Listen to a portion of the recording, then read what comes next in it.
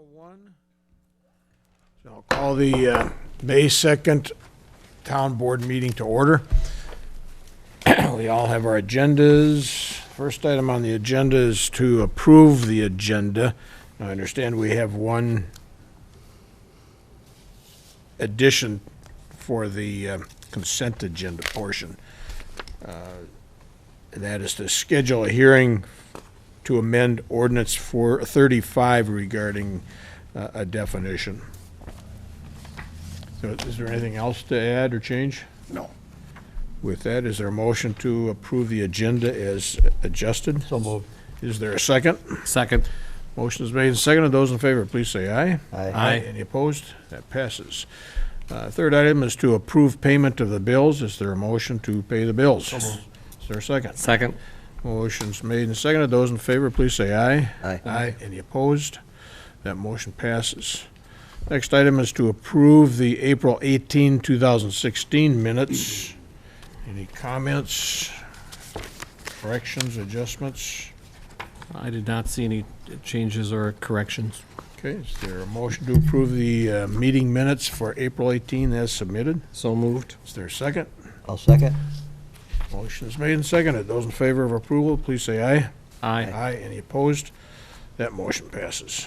Next item on the agenda is the consent agenda. Looks like we have about 14 items there. Steve, would you read those, please? Yes.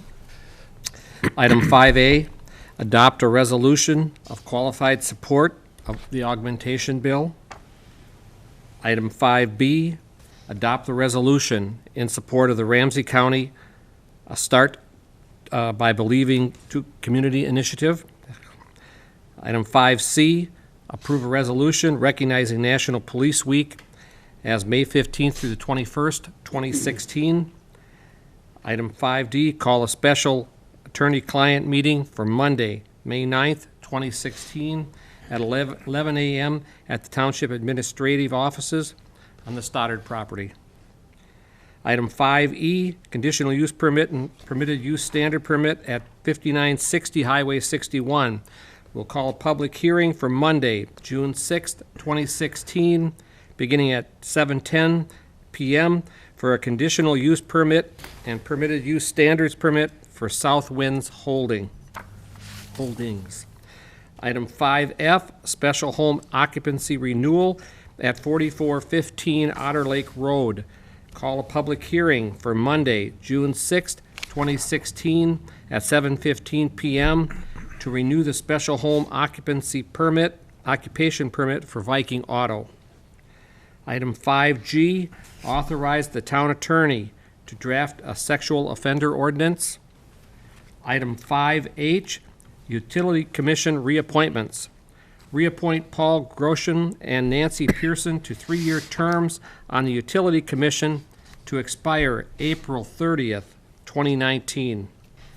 Item 5I, based on town engineer review and recommendation, and including his recommended conditions, approve the Comcast permit through the company MRI to install new cable television line to service 5228 East Street, including overhead and directional boring under East Street, including a driveway.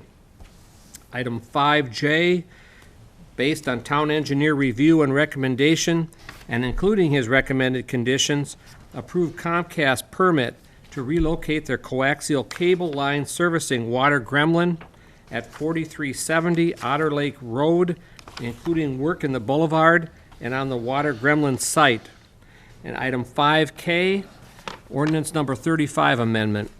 Call a public hearing for Monday, June 6th, 2016 at 7:20 p.m. to amend section 3, the definitions. Motion made to approve the consent agendas, 5A through 5K. And what are we going to call that hearing? To amend the ordinance number 35, section 3 of the definitions. Yeah, but call a public hearing for Monday, June 6th? Are we talking about June 6th or Well, that's what the, 2 weeks from tonight? June 6th.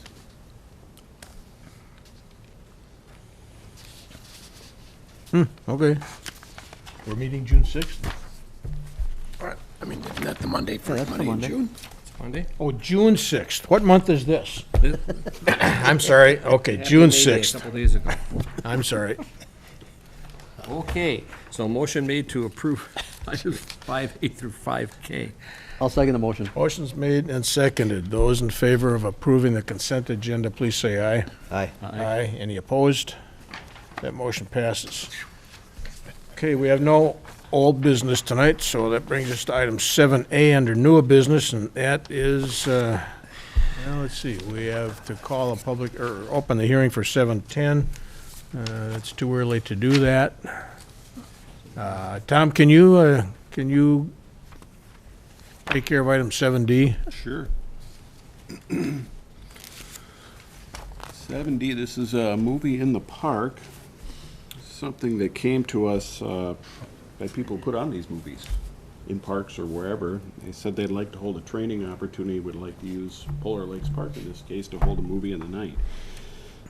They would pay for the movie screen and staff. It's about an $1,100 expense to do that, but they're looking for town support to pay for the screen.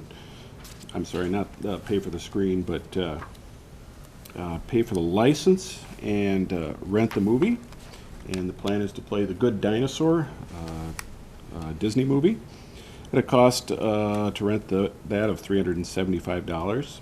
We'd like to hire Deb Stender, our event coordinator for Township Day, for an additional $200.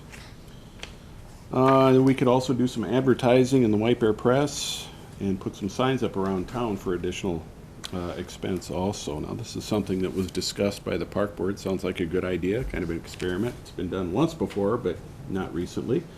So the park board is recommending approval of this. And their recommendation was to authorize a payment of not to exceed $600, and that's for the license fee, the coordinator fee, and rental of the movie. And then if we'd like to do some advertising, we should probably add a budget of about $400 to do that. Okay. This will be an event at Polar Lakes Park on May 21st. Tom, you got it starting at 7:30. Isn't it still kind of light out? Yes. Is that just, the actual movie doesn't start, is that just something preceding that, or is it, the movie actually starts at 7:30? It may be the movie, but I think there'll be some pre-things going okay. on also. And then that license agreement, is that paid to this Swank Motion Picture Production, Yes. or? That's correct. Okay.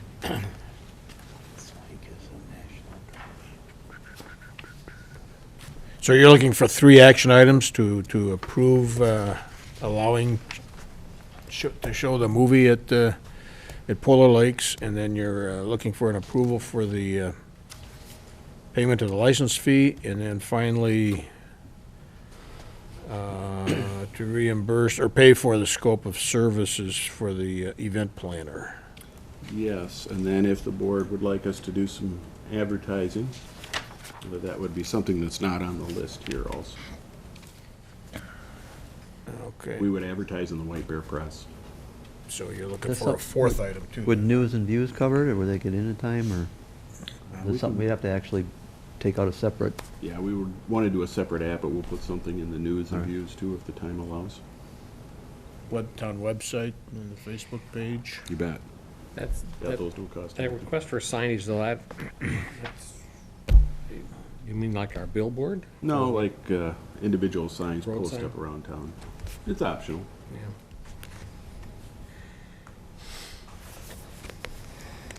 We figure we could run 2 ads in the White Bear Press for under $200. Under $200? Okay. I know the town park board has looked at this a number of times, trying to get some other activities for families in the evenings, kind of coordinated. Originally was thought we could do something with our, in association with our township days, but this came dropped in our lap, so it's a great opportunity to see if it's got much bounce for us, so. So right now, this is This is a one-time event. This is a one-time event. If it works out, then it might be something to pursue again as a Again. separate issue activity. Okay, Yes. okay. Tom, does this come out of park funds or general fund, or how's this paid? Yeah, we portioned some funding from the Township Day Fund. Okay. Okay. Any other questions? Not for me. So as, This is from the park board, Yes. Steve, so. so as liaison for the park board, I'd like to make a motion based on the park board and staff review and recommendations, approve number one, movie in the park at Polar Lake Parks on Saturday, May 21st, 2016, beginning at 7:30 PM. We do them all together or one at a time? Let's do them all together. Okay. It's- Number two, payment, authorize a payment to Swank Motion Pictures in the amount of $375 in payment of the license fee for the movie with funds from the Township Day Fund. And number three, scope of services from Deb Stender, the event planner, in the amount of $200 for services to coordinate the event with funds coming from the Township Day Fund, and authorize execution by the town board chair. And number four, it's not listed, is to make motion that we add an additional $200 for advertising in the White Bear Press to promote this event. Okay. Is there a second? I'll second it. Motion's made and seconded. Any further discussion? If not, those in favor of the motion, please say aye. Aye. Any opposed? All right, it's now 7:12, so let's go back to item 7A on the agenda. And that's a public hearing regarding North Oaks Lawn Service request to renew a non-conforming use permit. And do we have a motion to waive the reading of the hearing notice? So moved. Is there a second? Second. Those in favor, please say aye. Aye. And is there a motion to open the public hearing? So moved. Is there a second? Second. Those in favor, please say aye. Aye. Aye. Any opposed? Okay, Tom, it's yours. Yeah. Okay. Public hearing regarding a non-conforming use permit that's been issued to North Oaks Lawn Company, who leases space at the end of Peterson Road. This is I-35E right here. This is Peterson Road. Anderson Lane on the north side here. And south and off of the map is County Road H2. This is the last gravel road in the township. I think it's even the last one in Ramsey County, I heard the other day. It's a pole barn with some acreage attached to it there. Again, it's leased for North Oaks Lawn Service. They've been operating in there since 2010, but it's property that's zoned residential, suburban residential, single-family residential is another term for it. It's an area of larger, undeveloped, or underdeveloped lots, I should say, in an area that we expect to develop in the future. In the meantime, we've got a non-conforming use at the end of the road that needs a permit to continue to operate as a commercial structure. Prior to North Oaks Lawn Service, there was fencing companies in there for some time.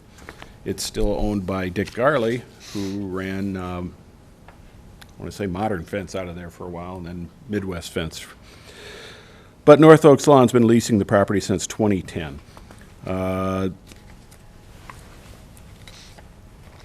This is, requires approval of a non-conforming use permit, as I said. It does require a public hearing as part of a non-conforming use.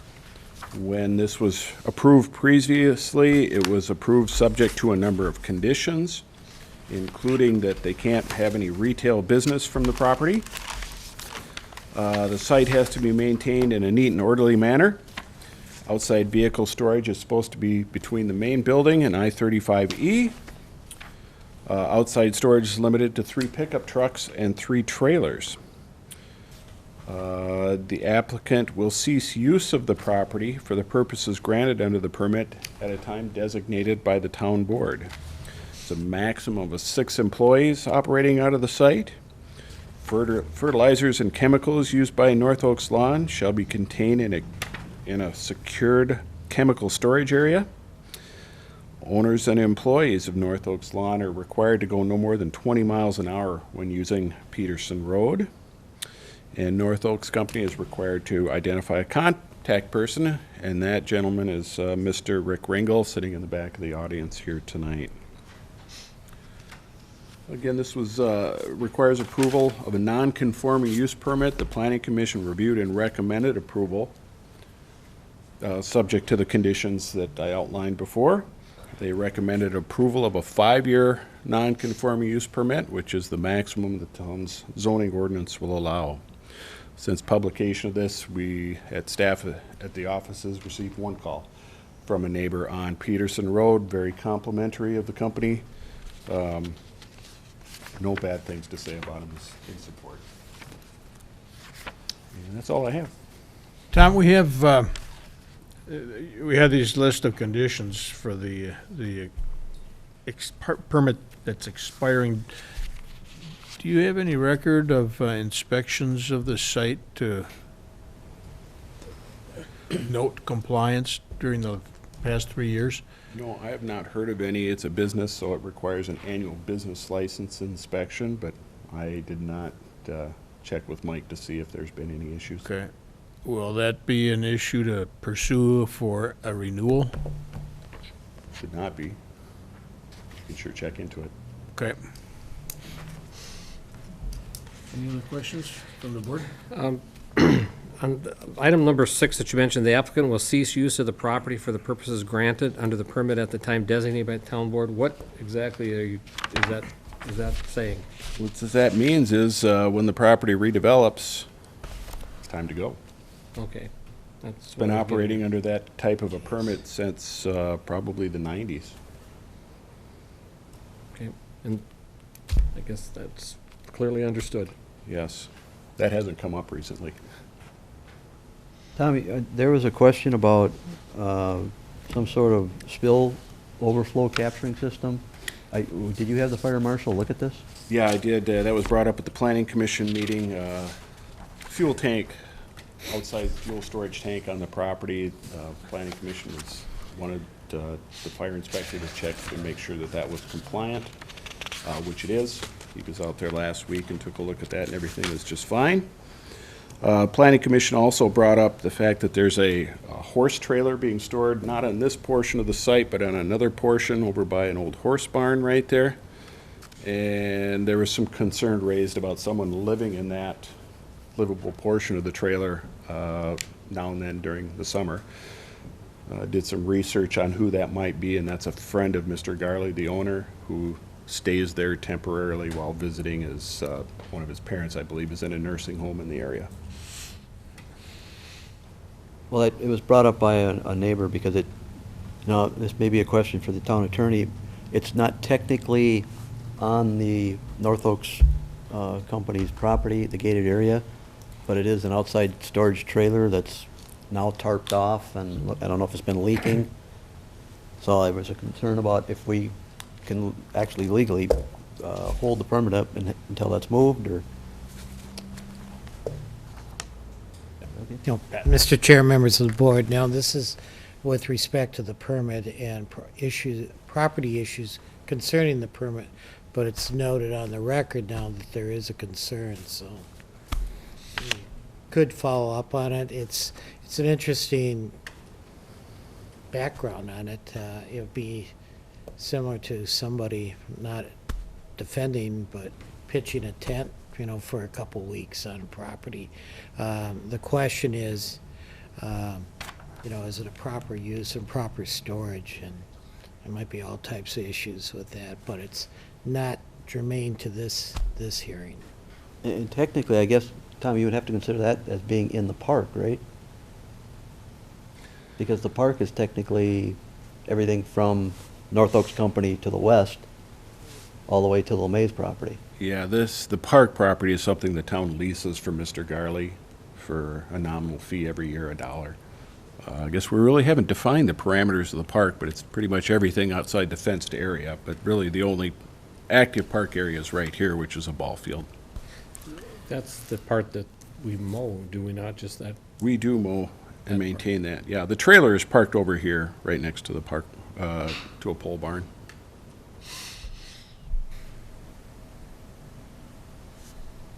Okay. Any other questions, comments? Okay, so with that, we can open up to public comment portion. Is there a motion to open?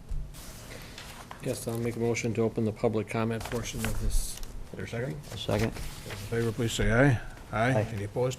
All right, is there anyone here that would like to comment or ask questions of the township? If there is, I would ask that when you make your statement, please come to the podium, identify yourself with your address. Rick, are you satisfied that everything was explained? Okay. Record should reflect name that just said yes. I'm sorry, I asked Rick Ringel if he was satisfied with the town planner's description of the request. And Rick said yes. All right, if there's no comments, is there a motion to close the public portion of the hearing? So moved. Is there a second? Second. Those in favor say aye. Aye. Any opposed? Okay, so Tom, just to confirm, my summary is basically the conditions that are being requested now are the same as the conditions requested 3 years ago, with the exception that we're now considering a 5-year permit term rather than 3. That's correct. Okay. All right, what's the pleasure of the board?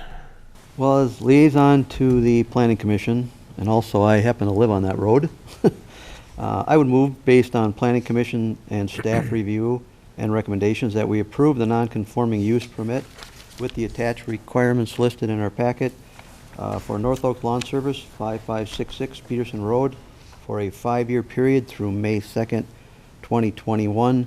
But I would also like just a reminder that I would like to see that staff work with Mr. Garley, if he could possibly get that trailer moved out of there. It's kind of an eyesore, and it's right in the park.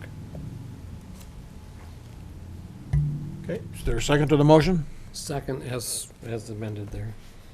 All right, if there's no further discussion, I'll call that question. Those in favor of the motion, please say aye. Aye. Aye. Any opposed? Okay, the motion to renew the permit passes. Next item on the agenda is a public hearing regarding next turn and a request for variances. Tom, is that yours? It is.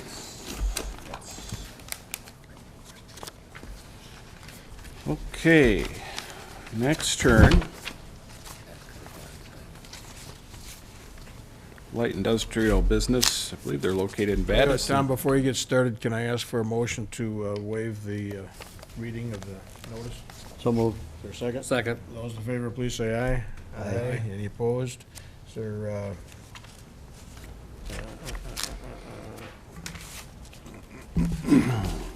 is there a motion to approve opening public hearing?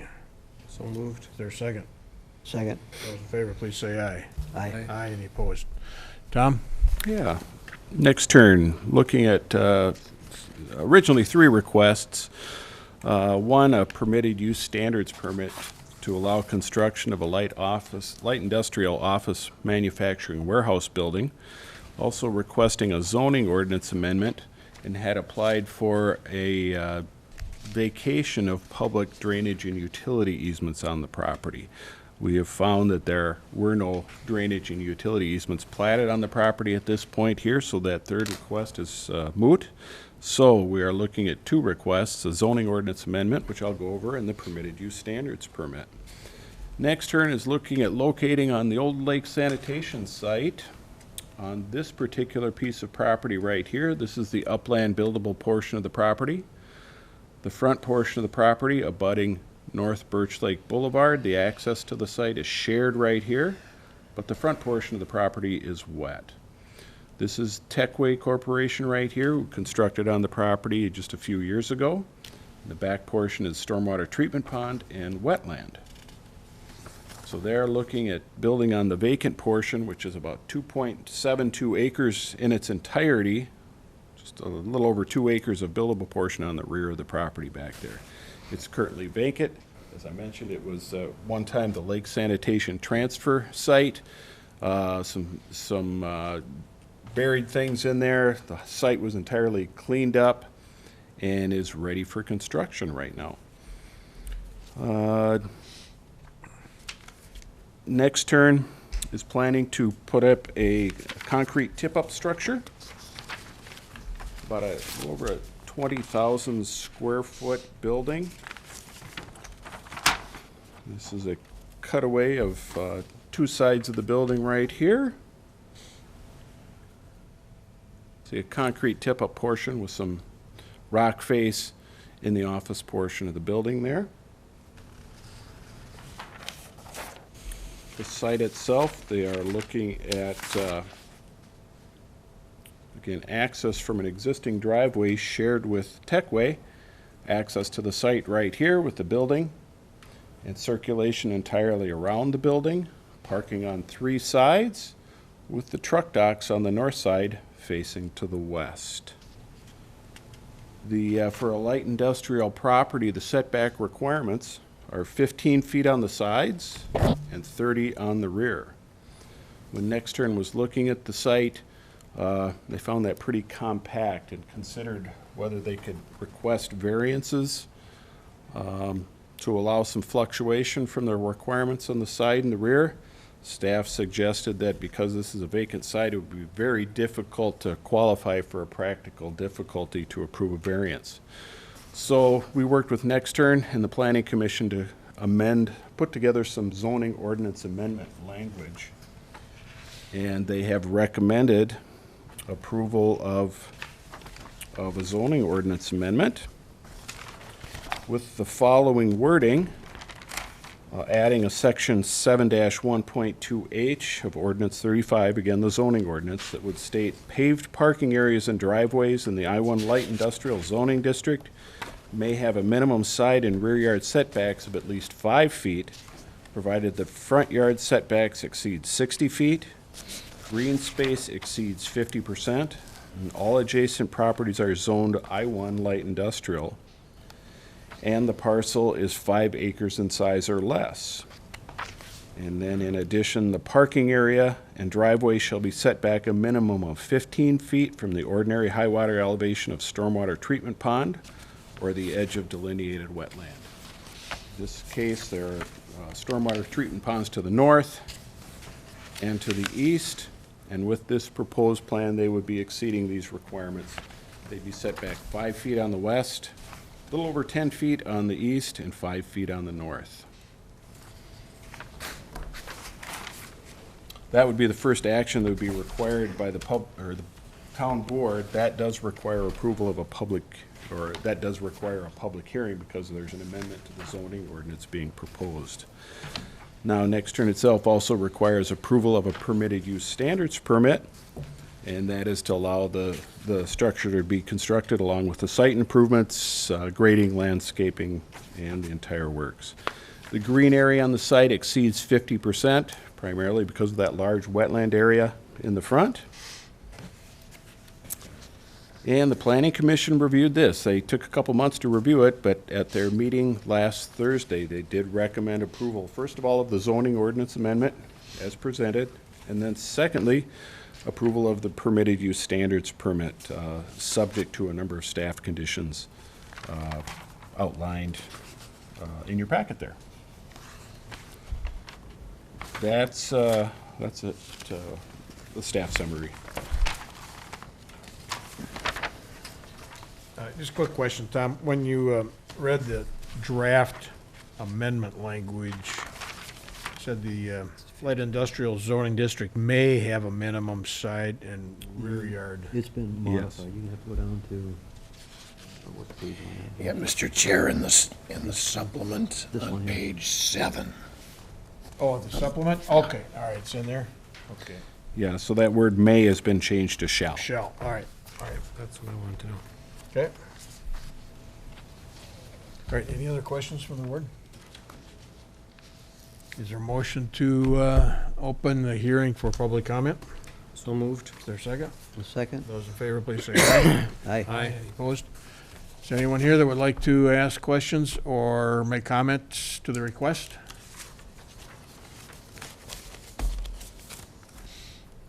Going once, going twice? If not, then I'll ask for a motion to close the public hearing portion. So moved. Is there a second? Second. Those in favor, please say aye. Aye. Aye. Aye. All right.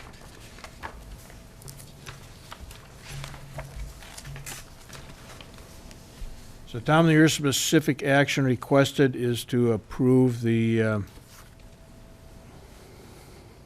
change to the ordinance and, This first action is to amend the zoning ordinance adopting section 7-1.2H. And then secondly, in a separate action, approving a permitted use standards permit and adopting the zoning certificate that was prepared okay, for approval of this project. all right, unless there's questions from the board, what's your Tom, pleasure? I just have one question, Tom. I just saw at the end of your section here, Planning Commission was talking about definition of initiation. Is that something we're just gonna, or you just put it in there for our That was review? placed in the wrong packet at the wrong time. That's Okay. another zoning ordinance amendment that we'll talk about in a month. All right. We're gonna see that later. All right. Okay, as liaison to the Planning Commission, Art, I'm sorry, Patrick, did you have? No, good catch. Okay. well, I was kind of curious if that was part of this zoning ordinance amendment. All right, I'll move, based on Planning Commission staff review and recommendations, that we approve the amendment to ordinance number 35. This is a zoning ordinance, adding section 3, or this is 334-A, and the ordinance is 7-1.2H. Yes, just that 7-1.2H, not the other one. Thank you. Is there a second? Second. Motion's made and seconded to approve the amendment to ordinance 35. Those in favor, please say aye. Aye. Aye. Any opposed? And secondly, I'll move based on Planning Commission staff review and recommendations that we approve the permitted use standards permit with the attached requirements for next turn at 1185 Birch Lake Boulevard North. Motion's made. Is there a second? Second. Motion is made and seconded to approve the permitted, approving the permitted use standards permit. Those in favor, please say aye. Aye. Aye. Aye. Any opposed? That motion passes. All right, that moves us up to item 7C on the agenda, and that is a 7:30 public hearing regarding Tamarack Nature Center. Tom, that's yours. Yes.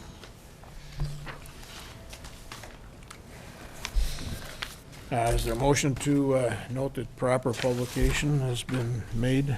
So moved. Is there a second? Second. Those in favor, please say aye. Aye. Aye. Aye. Any opposed? Hey, Tom, it's all yours. Tamarack Nature Center, located up on Otter Lake Road, south of County Road H2. They are requesting approval of a conditional use permit that would allow some more expansion improvements to the Tamarack Nature Center. The property is zoned open space, OS, and Tamarack Nature Center is a conditional use in the zoning district. So any changes, modifications, improvements to the site do require approval of a new conditional use permit. Ramsey County has applied for a conditional use permit to make the modifications. They have received some grant funding to go forward with the improvements that they're planning. In this latest phase of development, we can zero in on some of these a little bit better. But they've got a number of things on the list here. First off is relocation of the existing access to the site, which is right here, further south, so it intersects directly with Lorraine Avenue.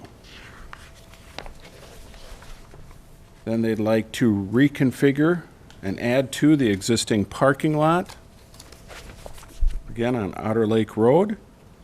They'd be reconfiguring that parking lot, adding a dumpster enclosure storage area, reconfiguring an existing trail connection, which goes up this way now, Adding additional trails you can see in white here. These would be new trails. Proposing to add an additional parking lot and reconfigure the entrance to the site, which is right here. Adding 2 parking lots northerly of the existing access to the site. And then finally, another parking area. This would be just a gravel overflow parking area in this portion of the property right here. They would also improve the site lighting on the property with new LED lighting that would come with an automatic dimmer. So when nobody's there, the light would come down, but once somebody pulls in, the lights would come back up. Relocation of a storage shed on the site. The trails I mentioned, relocation of the Bugs and Hollows area on this portion of the site right here. Relocating that down to this area here. Planning to remove a lot of non-native vegetation in this portion of the site here. Replace that with native vegetation. There'd be a new information kiosk and a new monument sign along Otter Lake Road. As I mentioned, the Nature Center is a conditional use in the open space zoning district, so the improvements that they're proposing here do require approval of a new conditional use permit. Planning Commission reviewed this at their at a recent meeting, and they have recommended approval of the conditional use permit, subject to a number of conditions. They had a couple of questions relating to traffic count information and user counts. And I believe that information was provided to the board as part of your supplemental package. Packet. Looks like we have 3 representatives from Ramsey County here. I could introduce Gus. If you have any other things to say, and the rest of your team. Point of order here. Do we want to open up the public comment portion of the hearing? Actually, you have the opportunity to talk to the applicant, and it's your discretion. You can open the public hearing and then talk to the applicant, so these people can understand what's going on too. So it's your call. Okay, well, we will give everybody an opportunity, so we can go ahead and hear the applicant's comments then. Thank you, Mr. Chair. I'm Gus Blummer. I'm a landscape architect with the Ramsey County Parks and Recreation Department. The project manager for the site design of the project. I have with me tonight some other representatives from Ramsey County. Mark McCabe, he is our operations and maintenance director, and also oversees the operation of Tamarack Nature Center. In addition, I have Erin LeBrie. She represents Ramsey County Public Works. Based on comments that we had at the Planning Commission meeting, she's here to help address any comments associated with traffic that might be, or issues or concerns along Otter Lake Road. A couple of things that Tom didn't mention but were brought up at the Planning Commission meeting that I would like to just present to the board. As part of our project, we are attempting to go well beyond what we would be required to do for stormwater management from VLAMO. So there are 5 or 6 different stormwater basins, and we're proposing to use some permeable asphalt as a demonstration education piece as part of our project. In addition, we are also greatly improving the site for ADA accessibility, which is a requirement for the county. In addition, the move of the existing entry drive to the relocation with Lorraine Avenue was based on just better access to the site, better user experience, and trying to move the access away from the Otter Lake H2 intersection north of the site as well. The trail that you see realigned on our plan is the Birch Lake Regional Trail. Currently, it comes up into our site and does cause some conflicts with people that are on their bikes trying to get through, or somebody with dogs. Both dogs and bikes are not allowed at Tamarack Nature Center. So by realigning the trail there, it reduces that conflict and keeps the uses separate. So with that. question. Yeah, I have one question. You just commented about bikes. Can you clarify that for me a little bit? You're restricting bikes from the site or just restricting bikes from riding through the park? Riding through the facility. So if I want to ride a bicycle to the park, You can ride to it. and you'll have a bike facility or a place to park, and then I can go from there. That's correct. Okay.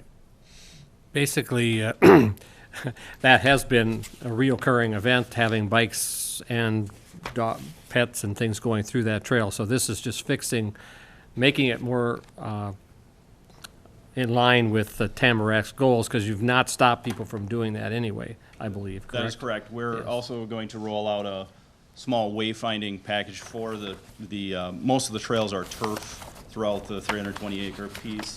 That would clearly identify at entrance points that no dogs, no mountain bikes are allowed on the part of the use.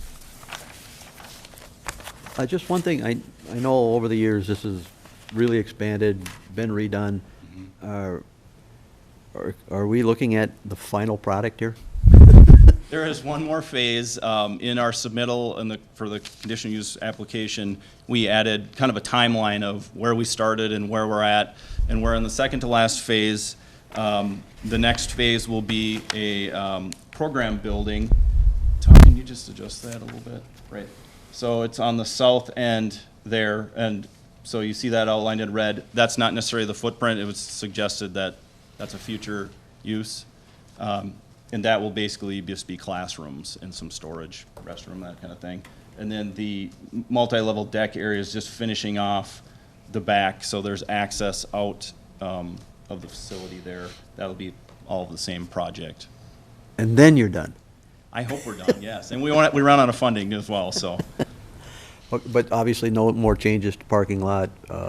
No, this is the final Okay. site improvement piece to the, And then the only other question I have, maybe from Aaron from Ramsey County, but Sure. I was always under the assumption that there would be a turn lane there because of the traffic volume that you're starting to generate. And I believe you even mentioned at the planning commission that they don't feel a need for one. yeah, I'm gonna let Aaron address that. I'm Erin Lumberty, the traffic engineer for Ramsey County, and we took a look at this, and based on the low volume of the road and the characteristic of the roadway, there are no turn lanes currently.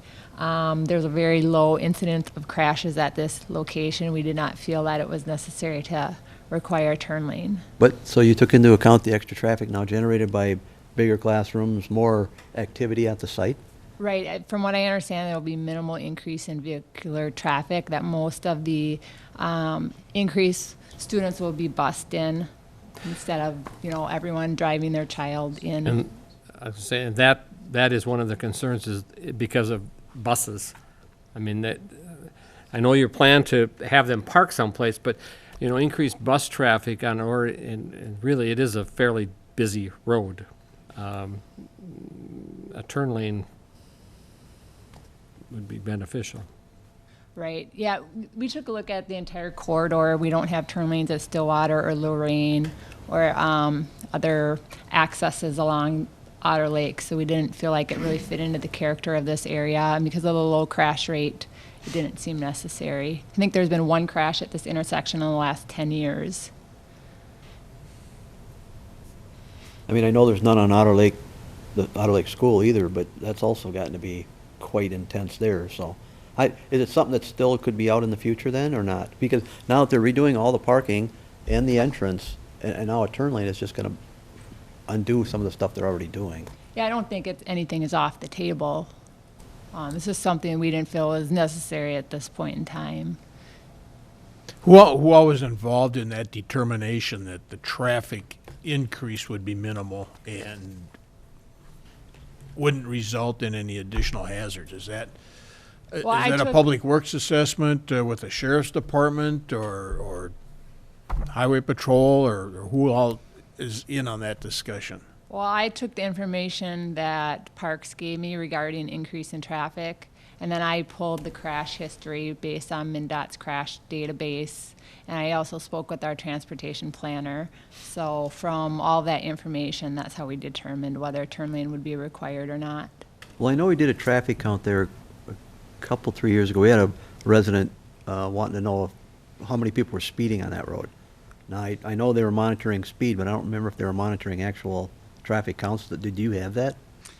Every 2 years, we do traffic volumes, so we know how many vehicles are traveling on the road. I think this location, it's around 5,000 vehicles a day. I don't have specific turning movement counts for that. And I don't have we haven't done a speeding survey recently, so I can't speak to whether folks are speeding or not is a common problem on our county roads. So it may in fact be occurring, but we haven't studied that. I was just curious because they did, because of the speeding, I was wondering if they were counting the cars too. So, I mean, we got a report, I don't remember now, but we actually had a report of how many were speeding, how many weren't. So obviously there was a number that is associated with how many vehicles were going down that road. Yeah, I can look that up. I don't have that information with me right now. The 5,000 vehicle count, when was that done? That was done in 2014.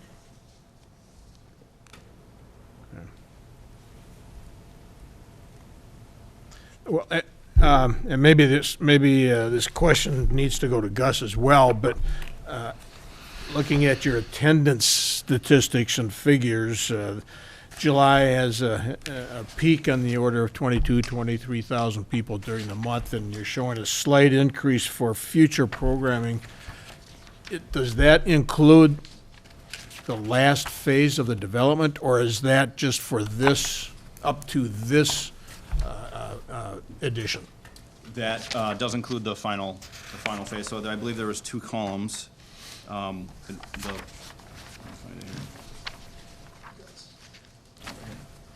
So there's the blue represents today, or with this particular plan we have. Do you have that one, Tom? I don't have blue, I have gray and black. Oh.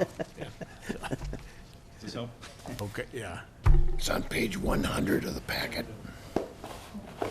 Yeah, but we don't have a color, so he's talking I blue, have we don't know what it actual means. copies of- I got it. Well, the number's fine, too. It's like it's, I just, So it's the slight increase does represent the final phase that we had discussed earlier with the additional classroom build out. well, you heard the concerns about the traffic and the amount of traffic, and it's great that we haven't had any accidents or incidents so far, and whatever we need to do to make sure that stays the case for the next 10 or 20 years is just as important, if not more important. I'm curious what happens if we see some additional increases to these attendance projections, and it does become safety and the traffic volumes becomes more of a concern for us. At some point, and maybe before the last phase is implemented, that discussion needs to be held again. I believe if there are incidents that do warrant or bring up safety concerns, that our Public Works Department would perform a traffic study that would be more detailed, that would show turn movements specifically throughout the corridor, and that will inform whatever traffic devices are needed or turn lanes at that time. Okay. Any other comments from the board? Well, at this time, oh, I'm sorry, did you have anything else to add? No, Mr. Chair. Okay, thank you. This time, we'll open up for public comment portion of the hearing, and I'll ask for anyone that would like to make a comment or have some questions, please come to the podium, identify yourself and your address. Well, gentlemen, my name is Bob Noker, and I live at 5300 Otter Lake Road, which is right across the street from the entranceway to the Tamarack Nature Center at the present time. I'm invited here courtesy of the letter, and my comment is, why are they dropping a trash bin right straight across the street from my house, where I can hear the noise and have animals crawling around? Why is this there? Why is it not kept where it is in the back of the parking lot?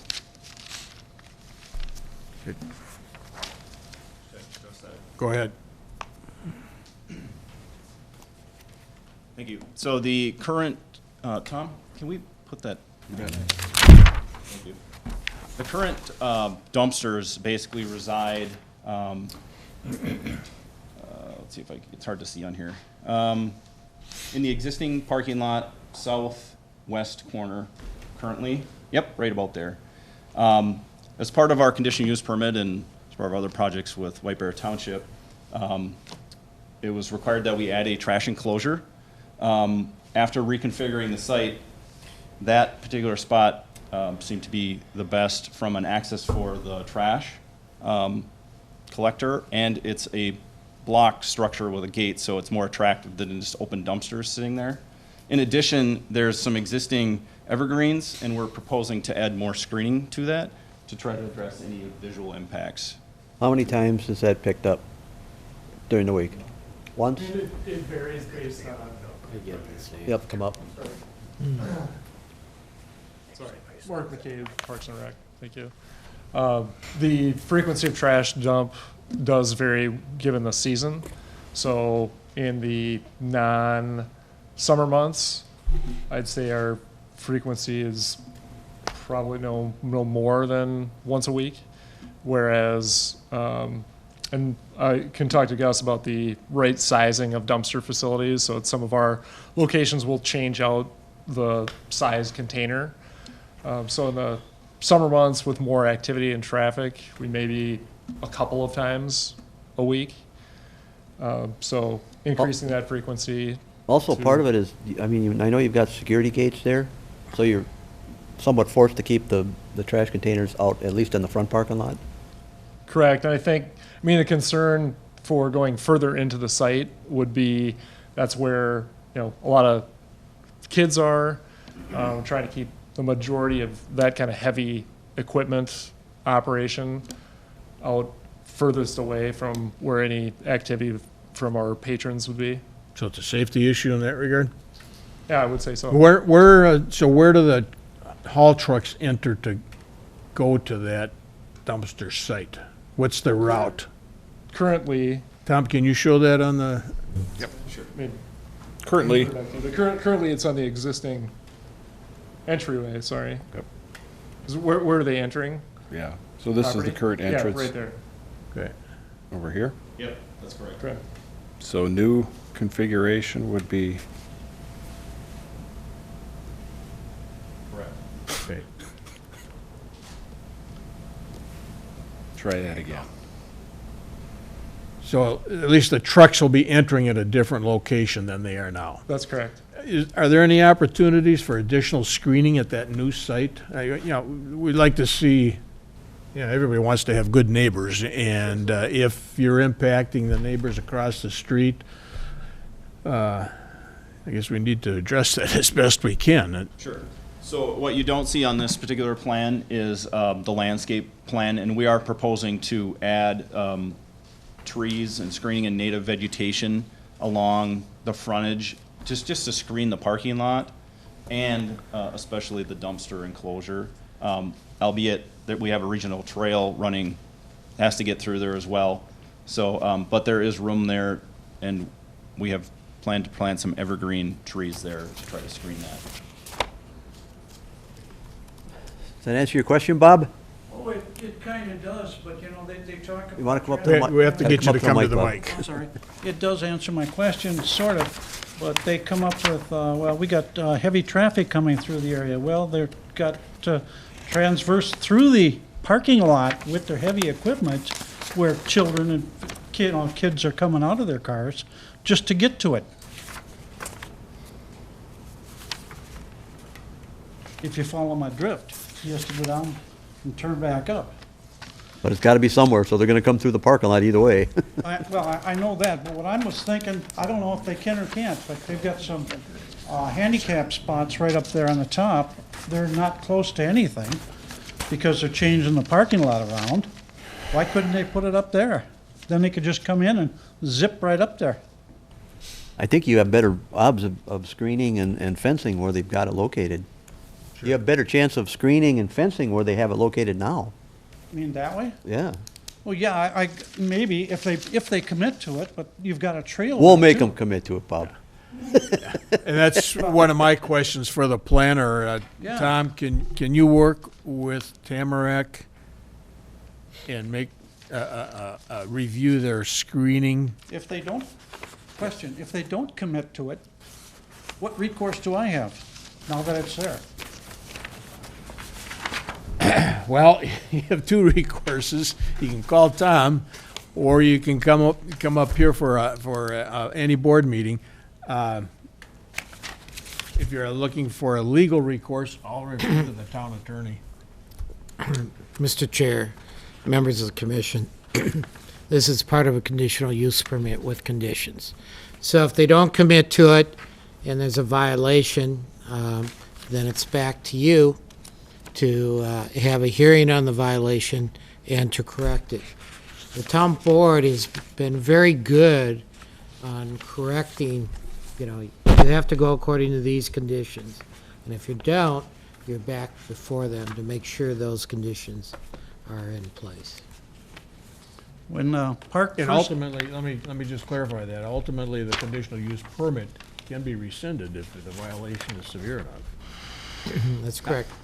I don't want to go there, but you're looking for the consequences, and when that's Park one. first went in, they promised that it'd be okay to have snowmobiles go across because 35 wasn't quite finished, and, they could putter around back. That lasted about 6 months, okay? They also, when they put the park in, put a gate up front, and I asked them if they're gonna close that every night so we don't have people wandering around in there. Well, that lasted 1 day. That's why I ask, what is gonna happen if they don't follow what they're saying? Okay. I have to ask, Gus, is that something you can respond to? Sure. At Tamarack Nature Center and across the park system, we do take calls from residents all the time with concerns, and they get addressed, and we go out and meet with them. And I see this as no difference. We don't want our front door and our neighbors to have to look at our trash. That's not something we want to present. And as a landscape architect, I don't think I'd be doing my duty to not screen this facility from your viewing audience. And so we will absolutely screen it. We can put as many rows of trees as we can fit in there, I promise you, sir. And we can put vines on it. And the structure itself is block, so sometimes you see trash enclosures that are made maybe of wood that they themselves start to become something of a nuisance. This is block, concrete, and decorative. Gus, can you explain a little bit of the security in the gate system? Sure. So actually, right where we have this, you can see there's something crossing Mill Road just to the south of that crosswalk. The county is proposing to use an automated gate in that location. No, You point to that, Tom? Maybe. Up, right there. Here. So the way that the site sets up is business hours, 8 to 4:30. The drop-off area and the 2 new parking lots would be accessible from the public. After that, the parking lot, basically the existing parking lot that you see there, would become a trailhead lot, so people there after hours, but still meeting the park ordinance hours of 1/2 hour after sunset, could park there and walk the trails or get on the regional trail. So the automated gate is to kind of define that, the business hours, if you will. In addition, Tom had alluded to that we're providing new efficient LED lighting throughout the site, but not so much that it's going to be, better terms, a Walmart parking lot. It's enough to provide safety lighting. So if somebody is on site, particularly in the winter when it's dark early, that you would have some light to get to your car, or provide light if the sheriff came in there after hours, and if somebody was in there, they'd be able to tell. The lighting itself is LED. It's very cut off and meets dark sky requirements. It also has a motion response on it. So we can program the lighting to go down to about 20% level. So very low light level during the night. If somebody comes in there, all the lights come up for a period of time until it doesn't sense motion anymore, and then it'll go back down. We use this technology at some of our other park facilities, particularly our shelters. So if, again, the sheriff comes in at night, he can tell if somebody's in there because all of a sudden the lights are bright and he knows, okay, something's going on here. So. But now, the park does have closure hours. That's correct. So there's business hours for the actual Tamarack Nature Center building, which is 8 to 4:30, right, Mark? Yes. And the park ordinance then kicks in for after-hours use, which is 1/2 hour before sunrise to 1/2 hour before sunset. And year then round. it's absolutely closed down. There should be nobody in there. That's correct. And if there is somebody in there, if there's a violation, the sheriff's department, do they, They would respond. well, do they respond, and do they cruise through this area on occasion just to do their own checks? I believe they do, Mark. Can you address that? Mark McCabe. The Sheriff's Department does do patrolling of our park facilities. We actually have a lockup agreement with them for most of our facilities.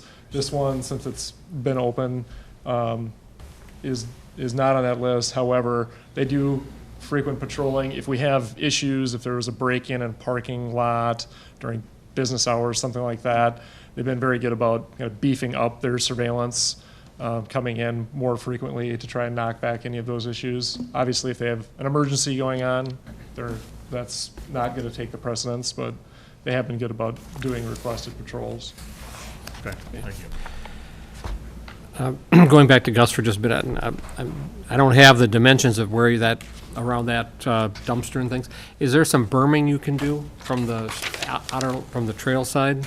It's very limited because the Trail? the road and road right of way is a rural section, so it's actually ditched, and it would be pretty tough to get a berm in there. And again, it would be in the road right of way at that point, I think. So it would be tough. Well, at the very least, I'd like to urge staff to get, township staff to work with park staff to establish a good, adequate screening system. Absolutely. So that the neighborhood has minimal impact, zero impact if possible. Absolutely. Okay. All right. Thank you. Thanks. Other comments? Okay, I've lived in Waver all my life. Do I've you need lived to on that can you- road all my life. We need you to identify yourself and Oh, your I'm address. sorry. Yeah. I'm Shirley Noker. I live at 5300 Otter Lake Road, right across the street from the park. Now, there's been nights that they have left the lights on, and it shines right in our bedroom windows when it gets that bright. Are these lights going to stay down dim? What's going to happen if the deer go by these lights? Because we have a lot of deer. Will they keep flashing on and off? It's sort of, Shirley, are you right on the corner of H2 and Otter Lake Road? no, I'm right across the street from the park, where you go into the park, the driveway? Right. Yeah, You're we're right ac- there. You're right across from the existing entrance. Okay. Yeah. I'll have, again, I'll have to ask the county staff how sensitive those lights are. It's not like a flash when they come on. It's very much a slow dimming, and you can set a timer on them, so it's 10 minutes, and then they slowly go back down. How sensitive are they? Will deer walking through there trigger that? It Switch? depends, I guess, on how close they would walk to one of the motion sensors. It's possible, yes. The other thing we can do for lights that would be closest to Otter Lake Road, we can put additional, like a baffle or a screen on the outside edge of the light to prevent any, so you don't actually see any of the light source, if you will. Okay. Okay. Thank you. Any other comments? Yeah, my name is Joseph Hallman, and I live on Anderley Lane. My wife and I moved here 20 years ago, and one of the reasons we moved here is because of this park. And we both grew up in the country, and it's just a treasure. And I was really happy to hear that there's only one more phase of this development. Now, I realize it's a multi-use facility and a lot of children and so forth and so on, but we really appreciate the formerly wild nature not exactly wild, but manageably wild. We spend a lot of time skiing, walking, running, and it's just a beautiful place. I don't know if you guys probably know the history of it, and a big parcel was donated, and there's a bench out there that has 2 scripture passages on it, which you guys probably know all about it. Anyway, it's one of my favorite places. I go there all the time. So the question is, how many parking places? I think I saw a number of 89. I don't know if that's correct or not. And my question is, why? Is it a projected use? In other words, there's so many more people going to come that I never noticed the parking. I saw the parking lot full a few times since I've been here. So I don't know, exactly the reason. My other question is that the school, Otter Lake School, has constant softball games or games, and people park along the road, and being young people, they throw the car doors open. My wife was a casualty of this, and you either run into the car door or somebody runs into you. It's extremely dangerous. So I was wondering if you could somehow work it out so the people who play softball or parents and kids can park across the street. It's a short walk, and of course they have to carry their stuff across the street, and they'd have to have some way to take care that people actually watch the street and so forth and so on. But it's extremely dangerous.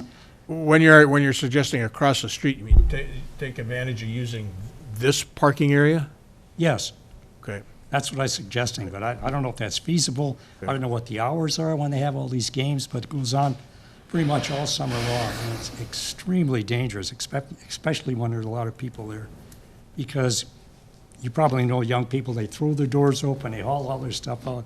They don't look to see if any cars are coming, so I don't know, it's just a concern we have. Well, and that's a legitimate concern. It's not the first time we've heard about concerns with parking up there during the summer softball seasons and games and tournaments, et cetera. So I'll have to, again, let me ask the county reps to talk to us about parking issues and why we have so many parking spots in there. Yeah, do I have the number right? Is 89, is that correct? I saw some number. New place? in a second here. Pardon me? I can address that. Okay, thank you. Thank you. So the parking, how did we arrive at the number we have? Actually, I think we're pushing about 150 total. In that existing parking lot, there's actually 81 stalls today. We're actually removing some of those stalls and reconfiguring things to address stormwater issues. And with the new early learning center, if you drive in there today, when children are being picked up, if you're familiar with the site, there's kind of a long, narrow drive that goes up the building, and the circle that you see on our plan, there's a traffic or drop-off circle there. Everybody's parked up and down the road and around the circle. So we tried to relieve some of that by adding this proposed parking lot, the lower of the 2 that you see on the plan. That's 51 spaces. That includes our handicap parking, which is required, and that would meet the demand that we would potentially have there for all of the student body. In addition, in peak times in the summer, there's 35 staff members. So currently, we try to accommodate everybody in the existing parking lot to the south, and it gets full. So that's why we've added the second staff lot on the north side. In addition, if there's event or particularly unprogrammed, and when I say unprogrammed, it could be a YMCA, for instance, might come to the facility, and they have buses. They pull in, but they shouldn't mix with the other children that are on site, just trying to keep their classes straight. So that's why we've proposed the gravel parking lot to the south of the site. So that would give them a place to go and get off their bus and have a place that's separate from the actual programmed events and activities of Tamarack Nature Center. So the total that we came to in our internal programming was, I think, 150 stalls, and that included staff, visitor, and overflow. Okay. Would you have any comment about the question about making some of that parking available for other activities next door at Otter Lake School? At this point, it would have to be worked out between the county and the school itself and come to some agreement to allow that to happen. I would imagine it could potentially go beyond what the park ordinance hours are, so that's why it would have to have a formal agreement that would. I don't think they have too many night softball games, so There's no hopefully that lights. won't So be they're an not issue. lighted or anything? No. Okay. I can appreciate the primary reason for that parking, but, you know, if something can be worked up again. Sure. To help neighbors out, that'd be fine, but, Okay. okay, Thank you very much. thank you. Any other questions or comments? If not, I'll ask, I got a notebook full. I won't try and sum it up, but Chad Erickson, 5260 Otter Lake Road. I live right across the street from Tamarack. It's going to be right across the street from that proposed dirt parking lot with the buses that are going to be in my front window.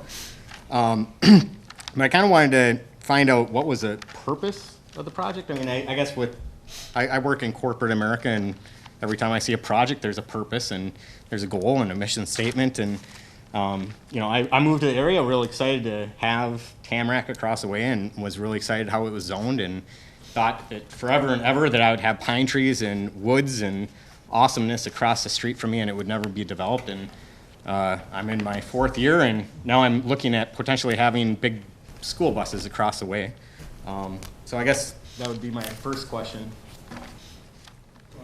Yeah. For purposes of the record, I'd ask that the questions be directed to the chair, and the chair would just go ahead, Mr. Chair. go ahead. So, Mr. Chair, Mark McKay responding to this question, as far as the purpose of Tamarack Nature Center as an entity, it's primarily a educational facility. And so I think a lot of this project is trying to accommodate what we've already built and what we've done with our early learning outdoor nature play area that was designed to bring in young people, young families to experience nature. I think with a lot of current study that's been going on, terms like nature deficit disorder, things like that, with kids being more indoors, not having access to that sort of play, parents having fear of having their kids outside on their own, and things like that. That was built to get kids back out in nature and have that educational experience. So that's something that we've done that fortunately has brought in more people than what was even anticipated. And then along with that, the nature preschool, where we've had the long-term relationship with the White Bear Lake schools. We had one classroom that was kind of makeshift and put together as that partnership formed. And then just this last year, when our first year of operation with our new early learning center that doubled our classroom capacity, and we basically doubled the amount of students. We're adding another class for this next year, so there's a lot of popularity there. There's ECFE, Early Childhood Family Education programs. So, and there's a lot of other outreach programs for people of all ages that are anticipating or are growing because of that educational outreach. So that is really the primary objective with this facility. I think as far as the bus parking and things like that, I could let Gus speak to that a bit more, but we've had safety concerns brought forward to us with the existing traffic pattern of having to go in a narrow road and have a tight turnaround. And so I think this was one way to address that. Also with the demand for YMCA groups and other groups like that. A lot of them want to come for an hour or 2 hours in the summer. They're not there all day. So rather than pay for the bus, drop them off, leave for a day, come at the end of the day, they're just parked there. So they're either parking on the road, they're parking, in a lot, or down the street. And so I was trying to designate an area for that. And Well, just to be clear, obviously, these buses don't stay overnight. They're not there on weekends. It's just during Correct. business hours. Correct. Yep. Okay. It's just Short-term. during that, and for the most part, it's the couple hour type of experience. Okay. Yep. So, Mark, before you leave, let me ask you, question goes back to Ed's original, or one of his original comments is about how many more phases in additions are we gonna have? And the park has a certain capacity, and it sounds to me like we're starting to reach that capacity. With the next phase, Right. that's going to be the last of the development. We're gonna see that park capacity utilized to the extent that it's capable, and we should not expect to see any more development or any more Well, phases? as Gus said, we have no other phases planned out in our plan. What happens 30 years from now, I guess I can't say that there would never be any other request for some sort of development, but there was a long-term plan put together that included these phases that we've been working through. And after this site infrastructure development, the only other phase is the additional program classroom space that would just be, students coming in for the day or community program coming in for the day, doing a program, leaving. So no additional parking, lot reconfiguration. I mean, this is costing a substantial amount of resource. People don't want to see us do this 2-3 times. So this is the plan. We've tried to, I think, from a planning standpoint, condense everything, not try to preserve as much of our natural space as we can while trying to capitalize on the asset infrastructure building features that we have right in that kind of campus area, do our education piece and get people out into the greater area. And so there's very strong feelings about having that preservation, conservation go on through the greater property to be able to maintain it. So I think that we're trying to accommodate for some of the growth that's already happened with our attendance and just allowing, safe parking and getting it configured in the right way. And I think we have no more appetite for expansion beyond that. Okay. And just for the record, Tom, there's parking on Otter Lake is not allowed, right? No. Or is it? No, I've never, I've never seen it. I haven't seen it myself, but it's, I don't, I'm sorry? No, it's a, Shoulders, so I can't imagine as well. I think it's a 6-foot striped shoulder, and I don't think there's no parking signs up, but I don't know if I've ever seen anybody park on it. So any further questions, Rebecca? Okay, okay, I guess we're. I guess my next question was around, just in the plan or what was that Tamarack on display for, however, it mentioned that there was proposed and then there's future. And, the dirt parking lot was future and the proposal was there's like the current. I wanted to understand what the difference was if that was, if that was happening today or if, that was up for, if that's a new plan that's going to come forward in the future or if next September I'm going to see that future parking lot, the dirt one. And then I'll just kind of layer on with that is the safety on that change entering into there off Lorraine. I have to drive out of my parking lot, my driveway every day, and I can tell you that it's a scary endeavor some days. I mean, those cars are going a lot more than 40 miles an hour. I've been here regarding this once, and I am concerned about the increased traffic. And, it would be nice if, Ramsey County looked at maybe putting a crosswalk at the Lorraine, especially since the entrance is going to be there, just so the people in the community, like myself, can safely cross the road to visit the park versus driving across the street. Most of the neighbors that I talk to would really like to see some type of stop sign or crosswalks at Stillwater. It's kind of interesting that last year there's actually chains now entering into Tamarack at all the locations except for where you enter into the main park from the parking lot. And it's kind of an interesting message that gets sent to the community on, yes, you can come visit us, but we're going to chain up all the entrances except for the main one. You can see those if you drive up Otter Lake Road. There's 2 of them right now that are chained up. They're chained up day in, day out, 365 days a year. It would just be nice to be able to walk over with the kids and not have to worry about, you know, the rushing by semi going 50.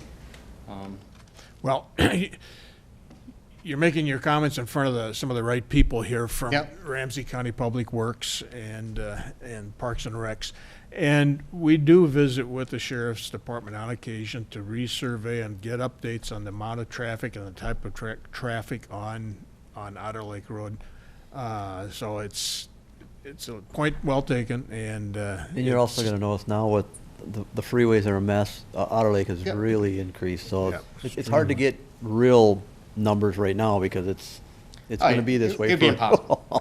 I understand that. I mean, I can't even get out of my driveway to go to swimming lessons today. I had to wait because there's traffic just backed up all the way down to Stillwater almost. So I understand that. It would just be nice to have some type of crosswalk even to enter in from any of these streets that are on the other side of Otter Lake Road, whether it's at Stillwater or whether it's at Lorraine. So people at least know to look, you know? I mean, I'm not looking for anything more than that, just like the crosswalk where when I'm standing there, I don't have to wait 5 minutes to cross with my 2-year-old and my 4-year-old. Sure. You know? Well, we're happy to take the comments, but Yep. again, that's a county Yep. project, so, and you got somebody from the county here to I'm trying to, I'm listen. trying really hard So, to Okay. address and, you know, so I guess my other, question actually came up. I didn't realize that we were doing lights. And I think my concerns actually kind of follow with your concerns on, you know, the lights flashing up and down and, you know, how the LEDs are gonna be made. I know that Ramsey County Sheriff, they sit there at least 2 to 3 nights a week, if not more, waiting for calls. So they drive in roughly around 8:30, 9 o'clock at night. They sit there until they get calls and then they come back. So it's used as a staging area, you know, routinely that I've seen. There's always a car with their parking lots on in there, you know, going in, coming out, all hours of the night. And I mean, I would say that the lights would be on a lot more frequently than, you know, just, you know, if it's based on motion or a car being in there, I would say that those lights are gonna be on at 100% versus 20% and going dimming slowly up and down.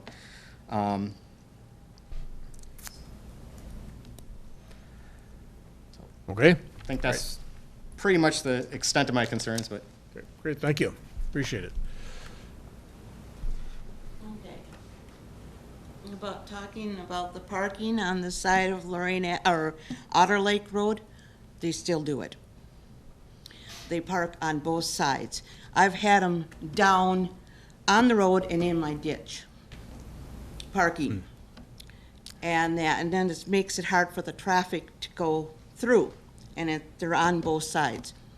Well, maybe So that, has to be some no parking signs or something put up that'll stop this, because I've seen more than once almost accidents happening. let us follow up on that with Okay. the sheriff and Ramsey County, because that's, you know, we have limited authority there, but we're certainly interested in just the safety issues that you're talking about.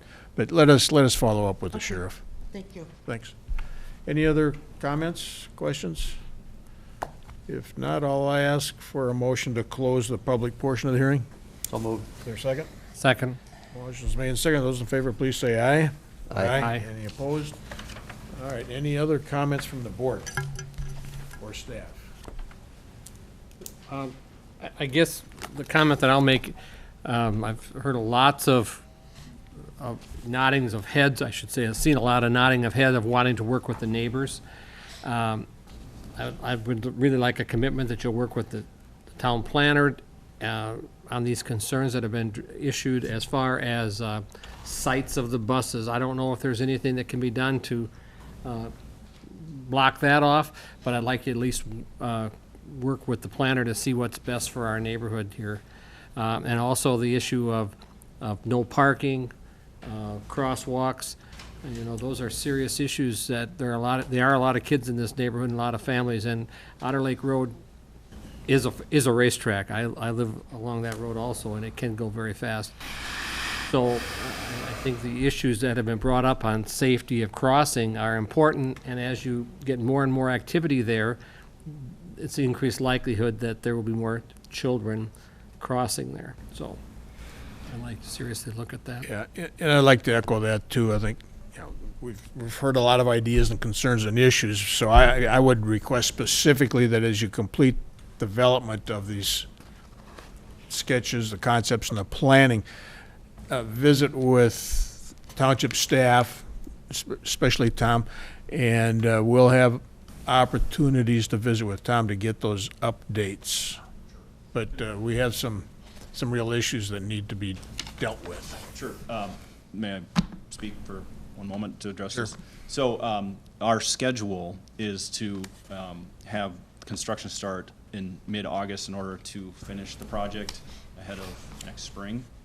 So our final design, which is the design that will be used to solicit for bids, we will be looking to have completed by mid-June, so fairly aggressive since it is May already all of a sudden. And we will definitely work with Township Board and Tom to go over lighting plan, landscape plan, screening, the issues surrounding Otter Lake Road, specifically the crosswalk. We talked about that internally because somebody had put comments. We have a comment box at Tamarack right now to solicit these comments from our neighbors, and that was one of the comments. Aaron and I discussed that. One of the issues, especially with putting a crosswalk in with no traffic signal, is its proximity to H2. People are still accelerating, so if you do that, you might actually create an increased traffic safety issue. So that's why, you know, that would be one of the issues surrounding that. And I don't believe the county does do crosswalks without some other traffic device to stop traffic. I believe that's a policy. Yeah. We do install crosswalks. We use MnDOT's. They have a crosswalk guide that we use, and it's based on speed of traffic, volume of traffic, how many pedestrians use the crosswalk. And so we would use that to evaluate this location. We are very careful where we put crosswalks because we're starting to saturate our roads with crosswalks and people don't stop for pedestrians. It's a common problem. I get calls every week saying people aren't stopping, drivers aren't stopping for people in the crosswalk. So some stripes on the road and a sign doesn't necessarily make it safer. So it's something we look at very, very carefully before we decide to install crosswalks. And we can look at this location as well because this is a attraction that people would want to walk to. So. And that's what we're asking for. It's we're seeing more use of that park, and there's no crosswalks there now. I don't think we're dealing with any crosswalk saturation in this particular area. But you've heard the issue, and maybe crosswalks aren't 100% effective like folks would like to expect them to be, but it's better a poke in the eye. That's about all I can say to address that. But you've heard the comments and the discussion, and we would like to hear back from you as the project proceeds here. Okay, thank you. All right. The action requested then is to act on the recommendation to approve a new conditional use permit. Well, as liaison to the planning commission, I'll move based on their recommendations and staff review and recommendations that we approve the conditional use permit with the attached requirements for the Tamarack Nature Center located at 5287 Otter Lake Road, Whitefair Township. Did you close the public hearing? Yeah, we did. Okay. Joan, I'm sorry, we did close the public Yeah, we hearing. did. Yeah. Okay. I was paying attention. It was just, And it's still May. yes, it is. Thank you. I'm sorry. I'm Is sorry. there a second to the motion? I'll second the motion. All right, motion's made and seconded to approve the conditional use permit requested from Tamarack Nature Center. Those in favor, please say aye. Aye. Aye. Any opposed? That motion passes. Thank you, folks, for your Thank you all. comments. Thank you for your interest, and we look forward to hearing additional comments and additional design concepts. All right, next item on the agenda is 7E, and that's regarding Township Day fireworks. Tom, that's yours. Yes. Received a contract from RES Specialty Pyrotechnics, who provided the fireworks at Township Day for the past, well, since it began, actually. The latest contract is a request for $5,115. When this event started back in about 2008, we were originally at about $4,500. Kind of been creeping up since that. 5115 hasn't been recommended by the park board. We have a budget close to that, but not exactly like that. So bring this to the town board to approve the contract as is, or make modifications as you see fit. And it would just be a dollar figure modification if you were interested in changing that. So the basic show is similar to last year, for example? So this will be similar or better. Or better? Because it's a little bit more expensive. Better, Yeah. okay. There is funding in the budget to cover the 5115 Okay. amount. All right. Any other questions? What's the pleasure of the board on this one? As the liaison to the park board, I, based on staff review and recommendations, approve the display contract agreement with RES Specialty Pyrotechnics. I should put my glasses on so I can read. In the amount of $5,115, with funds from the Township Day Fund, and authorize execution by the town board chair. Okay, is there a second? Second? Motion's been made and seconded. Those in favor, please say aye. Aye. Opposed? All right. Item 7F, now we move to Public Works issues, and item 7F on the agenda is regarding a Public Works maintenance position and hiring a new employee. Good evening, Chairman Kermis and Supervisor Purdon and Rusik. We have two positions tonight that we're looking for approval by the board.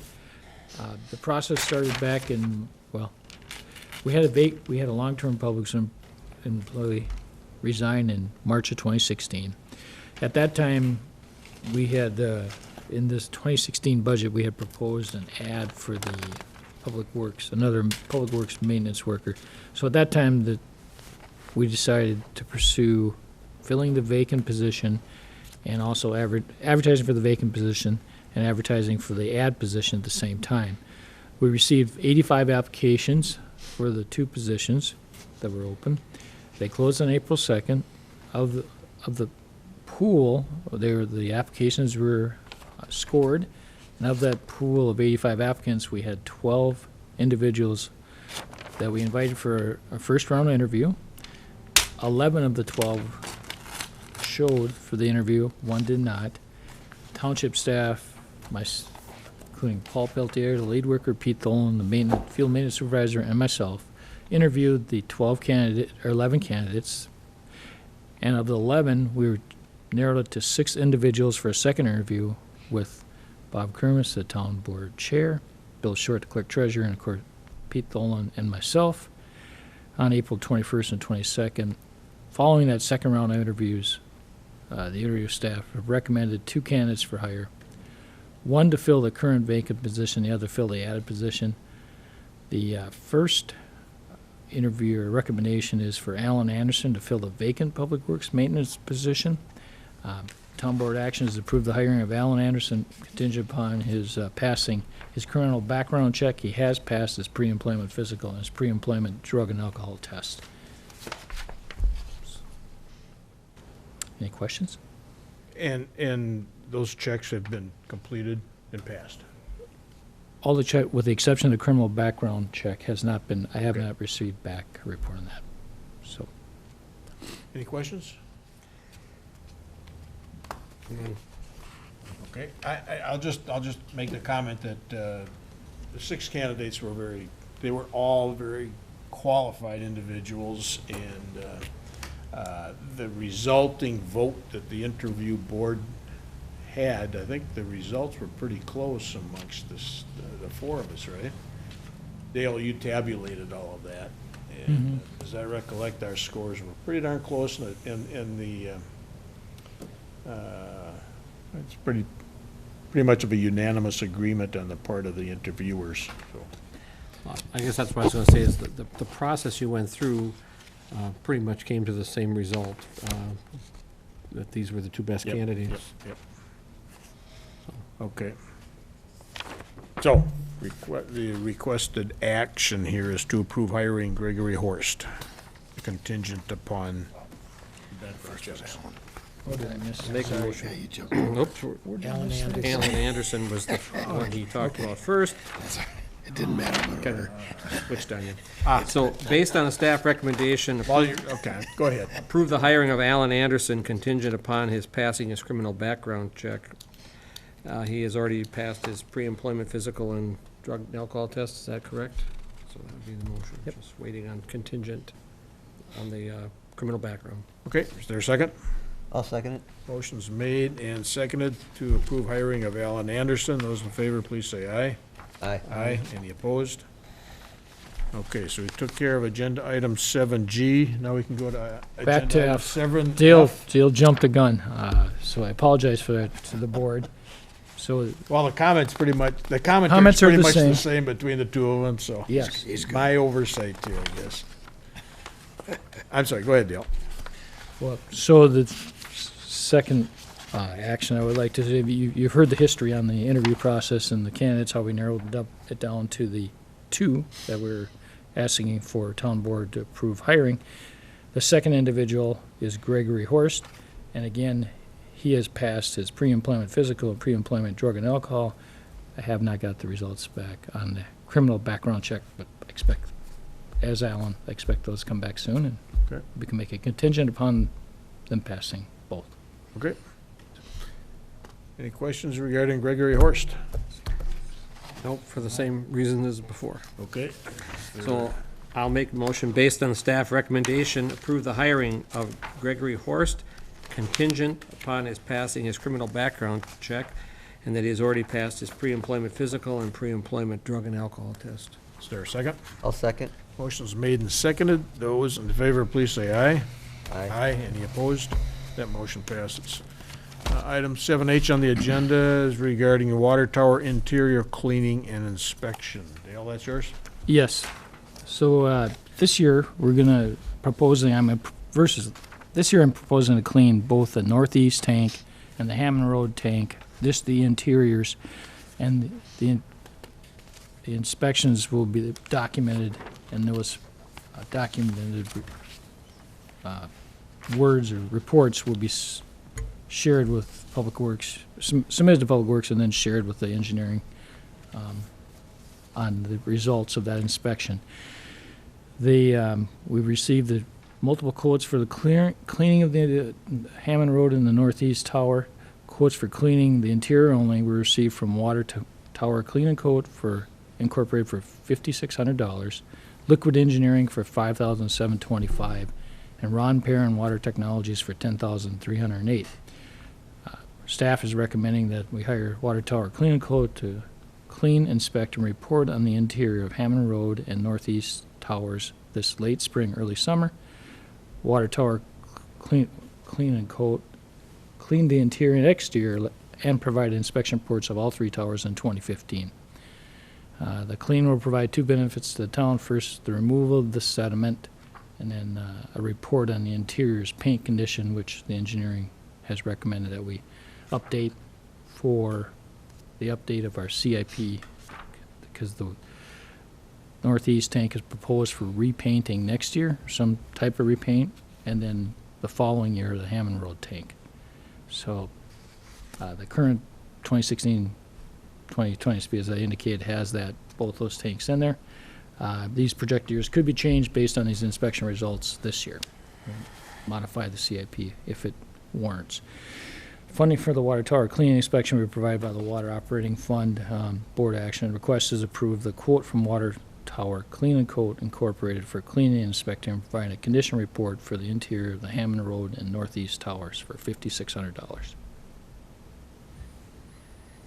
Dale, have we had experience with Water Tower Clean and Coat? Yes, they did the full cleaning of all three towers, exterior and interior, last year. Okay. And done a very good job. They give us a jump drive with video of the interior cleaning, and comments are posted on each one of those frames of the video about their Okay. inspection results. Any other questions from the board? Dale, residents won't experience any change in their water, color deteriorate, anything, they'll even, not even know it was done? That's correct. Okay. That's what I was gonna ask too. Okay. If there's no further questions, is there a motion? I'll move based on Public Work Director's review and recommendations that we approve the quote from Water Tower Clean and Coat, Inc. for cleaning, inspecting, and providing a condition report for the interior of the Hammond Road and northeast towers for the amount of $5,600. With the funding coming from the Water Operating Fund and authorized execution by the Town Board Chair. Is there a second to the motion? Second. Motion's made and seconded to accept a quote from Water Tower Clean and Coat. Those in favor, please say aye. Aye. Any opposed? That motion passes. Next item on the agenda is 7I regarding 2016 street crack sealing. Dale, that's yours? Yes. As we have in the past 2 seasons, we've hired a contractor to come in and do our crack sealing prior to the seal coat application. The crack sealing process includes routing the cracks to rough 3/4 wide by 3/4 deep, and then blowing out the debris in the cracks with a heat lance, air and heat to dry the crack. Then filling the crack with a MnDOT 3723 specified sealant and put a barrier on top of that to prevent tracking. Staff's recommend we continue with the contract crack sealing to meet the mid-July seal coat start date this year. Quotes were received from Seal Tech for $1.75 per pound for crack seal, and Pavement Resources was $1.65 per pound for crack seal. Staff is recommending awarding the crack sealing to Pavement Resources for an amount not to exceed $15,000. The Improvement Fund has $110,000 budgeted for seal coating this year. The seal coat bid for this year's seal coat project was $92,478.28, leaving $16,521.72 for contractual seal coating. After subtracting out the $15,000, there's a balance of $1,521.72 for contingencies. So the action request is award the contract crack sealing not to exceed $15,000 to Pavement Resources. Okay. Any questions for Dale? Dale, in our supplement, is there a difference in the bid that's in our packet? Yes, the only difference is they've indicated that they use a heat lance for blowing out the cracks. Oh, okay. Just a clarification on the quote. Thanks for asking. I should have pointed that out. Any other questions? If not, is there a motion? I'll move based on Public Work Director review and recommendation that we award the contract crack sealing to Pavement Resources in the amount not to exceed $15,000. This with funding from the 505 Improvement Fund and to authorize execution by the Town Board Chair. Is there a second? Second. Okay, motion has been made and seconded to award the contract crack sealing to Pavement Resources. Those in favor, please say aye. Aye. Any opposed? That motion passes. Next item on the agenda is 7J. That's regarding Longville Park Tennis Court rehabilitation. Dale, that's yours also? That's mine too.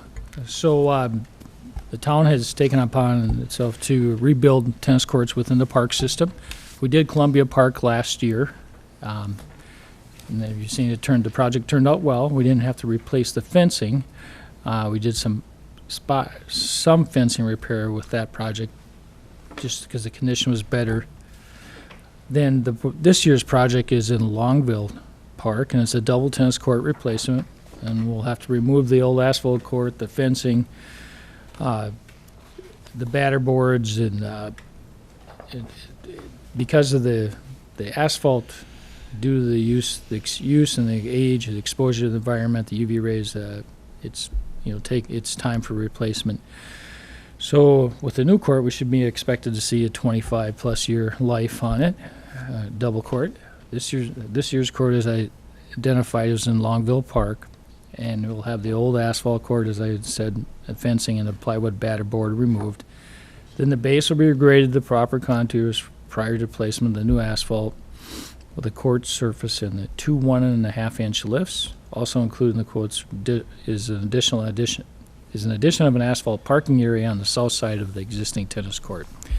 Quotes received from T.A. Shifkes and Son, and for $33,430, and Asphalt Restoration Incorporated for $38,535. The third quote was requested from Playhill Blacktopping, and they had provided a quote last year, but no quote was received. The project is identified in the 2016-2020 Capital Improvement Plan. There's $70,000 designated in the Park and Recreation Fund for the tennis court rehab. The quote from Shifsky's and Sons is for $33,430. The estimate for replacing the fencing, batter boards, and surfacing is approximately $30,000. Well, it's a little bit more than that. Then that leaves a balance for the balance of that. The estimate I had was $30,000. So it came a little higher with the fencing, with the demolition, because I include the demolition with the asphalt removal versus having a fencing contractor do the fencing demo. So that's the reason for my estimate was a little shy. This leaves a balance of, it's a little less, but $6,570 for contingency. We do have a total, again, as identified, $70,000 in there for that. So we get plenty for the project for the court replacement and the fencing and the batter boards and new nets and adding the parking. So the action request is to approve the quote for Longville Tennis Court surface from T.A. Shifkes and Son for $33,430. Any questions? And Shifsky is just replacing, Shifsky and Sons is just replacing the surface, the court surfaces, the fencing and the batter boards. Right. Is another activity. Who's doing that? The fencing will be done by a fencing company, so that'll be Okay. I'll be coming to the board with approval for that Okay, quote. so we'll have bids for those. And then also the resurfacing, the color coding of the surface, I'll be coming back to the board for that. So town's acting as a general in this project, so. Okay. Okay, any other questions for Dale? Just maybe of Steve, does the park board review this and do they look, I know this is an expensive project every time we do these. I mean, do they look to see how well or how much it's used or? Yeah, I can, Go ahead, no, darn it. Comment from the neighborhood, Longville Park. We asked when we redo the parks, and Longville was done just a couple years ago, what do we want to do with the tennis court? Do we want to upgrade it? And the neighborhood wanted to keep it there. So that's on the list to redo. At one time, we had 14 tennis courts. We're down half a dozen now, I believe. So we have been downsizing and kind of centralizing them, or at least putting them in areas so there's not a redundancy of tennis courts in the neighborhood. But some are still popular. Some have been taken out. Is that good enough? Any other questions, Liar. comments? Is there a motion to, yes, based on the Public Works Director's review and recommendation, approve the quote from T.A. Shifsky and Son for the, wait, that's not the right one. That's not the right one. That says for Columbia Park. Well, anyway, T.A. Shifsky and Sons for Longville Tennis Court resurfacing in the amount of $33,430 with funding from the general fund, parks, and authorize execution by the town board chair. There's an error on the meeting notes. I'll second the motion. motion's made and seconded to approve the quote for T.A. Shifsky and Sons to resurface Longville Park tennis courts. Those in favor, please say aye. Aye. Any opposed? That motion passes. Item 7K on the agenda is regarding well number 2 bid reject. That's Bill. No, this also me. So I had taken, this year, well 2A was being recommended by staff for rehabilitation. Based on the pumping records duration since the last rehabilitation in 2009, the bid advertisement was published in the White Bear Press on April 6th and April 14th. Rehabilitation was estimated at $25,000 with funding provided by the Water Operating Fund. Sealed bids were opened on April 21st, 2016 at 2 p.m. Only one bid was received from Keys Well Drilling. I followed up with another contractor who used each Renner and Sons. We've had also in Bergeson Caswell bid our other projects, and evidently they say to me that they did submit a bid to the administration building either Tuesday or Wednesday preceding the bid opening Thursday morning. Unfortunately, staff has been unable to locate the bid, so I'm recommending the rejecting the bid from Keys Well Drilling Company and authorize the Public Works Director advertise for bids in the fall of 2016. So the board action request is reject the bid for well 2A pump maintenance and repair from Keys Well Drilling. I would just have a question for the town attorney. Do we have any problem rejecting the bid like this, or do we have any obligation to the sole bidder that did make it in and we did find and did keep his quote? Mr. Chair, members of the board, discuss this with staff, and one of the issues is that you have discretion to reject all bids. This one is a situation where the alleged bid that was lost, this contractor has done business within the township. And we talked about the veracity of the contractor saying, I did drop off the bid. The other aspect of it is that you have always been transparent, and this one would make interesting news about the missing bid and awarding to another contractor. So we talked it over, and I think in this type of the most conservative and fair basis is to reject all bids based on some something out of the ordinary, but it also puts the township in a situation of another bite at the apple, and there's no harm, no foul in rejecting it. Okay. Well, Patrick, we've also rejected bids when they just came in way too high and we weren't budgeted for it. Exactly. So you have that discretion, sir. Yeah, so it is the prerogative of the board to reject, as you say, any and all bids for any reasons. And if nothing else, we only have one bid before us, and if we're not satisfied with that, we have the prerogative to reject it for that reason by itself. That's correct. Okay, all right. All right, so that's the request from Public Works. Is there a motion? I'll move based on Public Works Director review and recommendations and town attorney recommendations, reject the bid for well number 2A, pump maintenance and repair from Keys Well Drilling Company. And that we will expect to see a quote in the near future? This fall, yeah, I'll be going out for bid All right. advertisement again. Motion's made. Is there a second? Second. All right. Unless there's any further discussion, I'll call the question. Those in favor of approving Public Works' suggestion to reject the bid for well number 2, please say aye. Aye. Aye. Any opposed? That motion passes. Item 7L is under general business regarding liquor ordinance amendments. Bill, that's yours? On April 4th, the town board received an inquiry from a couple of business people who live in North Oaks who are interested in pursuing construction of a beer and hamburger business in the theater shops up by the White Bear Township theaters. But the space they were looking at would accommodate 40 or 45 chairs, and the town's liquor ordinance as it stands today requires a minimum of 100 seating of 100. And so as the board listened to the proposal, there was interest by the board in at least looking into it, and so the board referred it to the Public Safety Commission to review the town's liquor ordinance, review the proposal, and make a recommendation back to the town board. So that was done during the April Public Safety Commission meeting. And based on their review and a recommendation, we've prepared for the town board a proposed amendment to the town's liquor ordinance. And what I'd like to say is that the Public Safety Commission felt that it was a reasonable change to the town's liquor ordinance to allow restaurants, for purposes of liquor license, to be adjusted from a minimum of 100 seats to a minimum of 40 seats.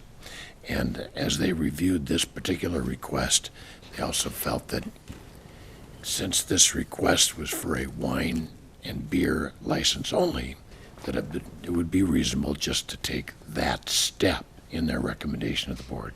So their recommendation really relates to changing the definition of a restaurant for receiving a wine and beer license to 40 seats. So they reviewed that and have made a specific recommendation, which actually has 5 parts.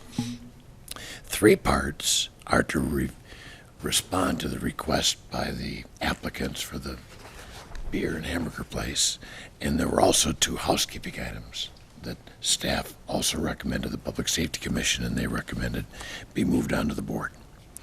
All right, for the 3 actions relative to this business, the first recommendation is to change the definition of a restaurant in Ordinance 32 to allow seating, change it from seating of not less than 100 to seating of not less than 40.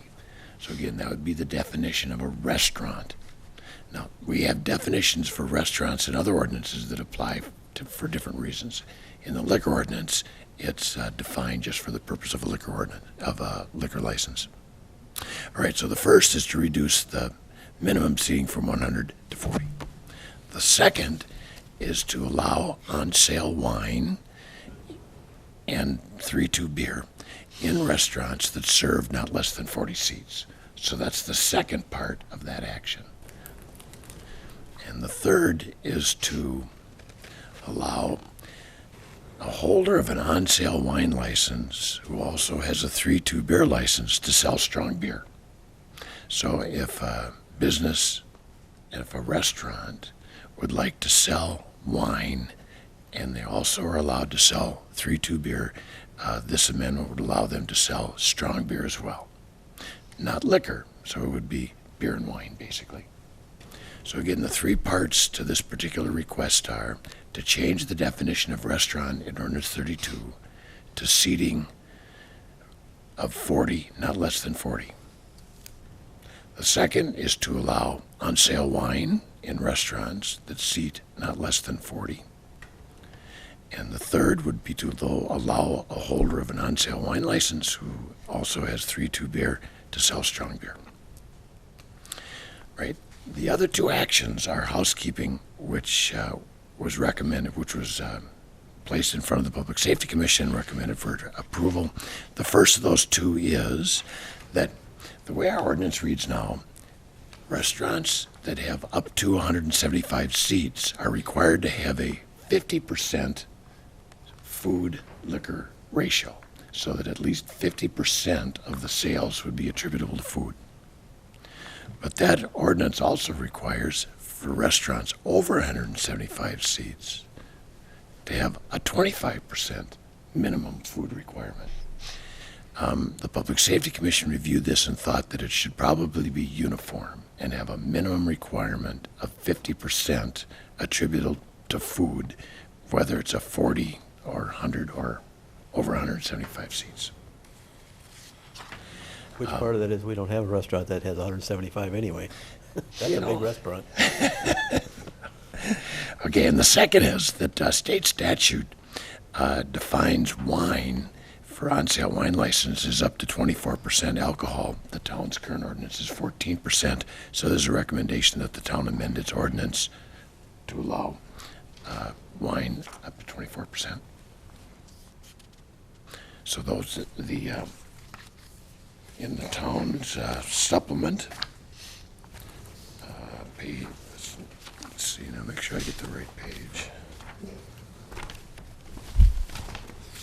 So we have 5 proposals to amend Township Ordinance number 32. Yep, page 14 of the supplement includes those 5 changes. I guess the first question I would have, just to confirm, the town attorney's had a chance to review this language. It's acceptable, legally reasonable? Yes, the answer to that is yes, and we also, Mr. Short referred to the wine licenses under state statute, and that it matches up. The only difference was that at least for a wine license, the state says you can have at least 25 seating, but Okay. it matches up. Okay. I guess the way I see it, we're doing two things here. We are producing these amendments, creating these amendments to be a little more consistent with state statute, and it's also consistent with surrounding communities, so it's nothing unusual. That's correct. Part of the research we did was to compare the language of our ordinance number 32 to liquor ordinances of our surrounding communities, and the proposed amendments Okay. would be more consistent with our neighbors. All right. And this is applicable throughout the township. Okay. And part of this too is I believe a lot of these liquor establishments didn't even they may be selling wine that's more than 14 now, not knowing that. I didn't know there was such a thing. I didn't know either. That's 14%. Well, 24 now. Also, Bill, I guess in our supplement, the difference here is you've struck out section 5. That's correct. We thought that at one point in time, we had a recommendation that upon further reflection, we realized wasn't applicable. So the language on Sunday on sale liquor wasn't necessary. Okay. All right, any other questions? All right, so we have a request to act on the first three issues. First one is definition of a restaurant. The second one is regarding on-sale wine licenses for seating at least 40 guests. And the third is basically to allow sale of intoxicating malt liquors, as long as we have issued a license for 3-2 beer and wine. Correct. Okay. Is there a motion? Well, as liaison to the Public Safety Commission, I'll move, based on their recommendation and staff review and recommendations, that we approve the amendments outlined on page 14 and 15 of our supplement package to ordinance number 32 liquor, and authorize execution of the town board chair and the town clerk to publish in the White Bear Press. Is there a second? I'll second that. Okay, motion's been made and seconded. Those in favor, please say aye. Aye. Aye. Any opposed? That motion passes. And the second request is to address, Covered them all. well, let's see. On page 149 of the packet, items 3 and 4 are the remaining two sections. Bill, you still need action on those? Well, the ordinance amendment that was just passed by the town board covers that. Okay, That's right. So what you passed just now includes everything. so we've covered all 5 issues. Yep. Okay. All right, then the last item on the agenda, or close to the last, is item 7M, solicitor license request. Yep, the town board, last month, the town board reviewed 2 requests for solicitors licenses. One was approved and the other was continued, pending receipt of completed applications and background checks. The applications for renewal by Anderson are now complete, as are the background checks. The background checked information indicated that there are 3 individuals that had some record, and that information has been provided to the town board in the Okay. supplement, not in the supplement, but a separate packet. So the board's had a chance to review those records, and it's up to the board to determine how the board would like to respond. Bill, what's the time frame for this solicitor's visit schedule, or whatever you call it? When are they going to be, when would this 30-day period run? From the date you authorize Well, it. what are they asking for? Are they looking at June, July, August, or? I don't know. Okay.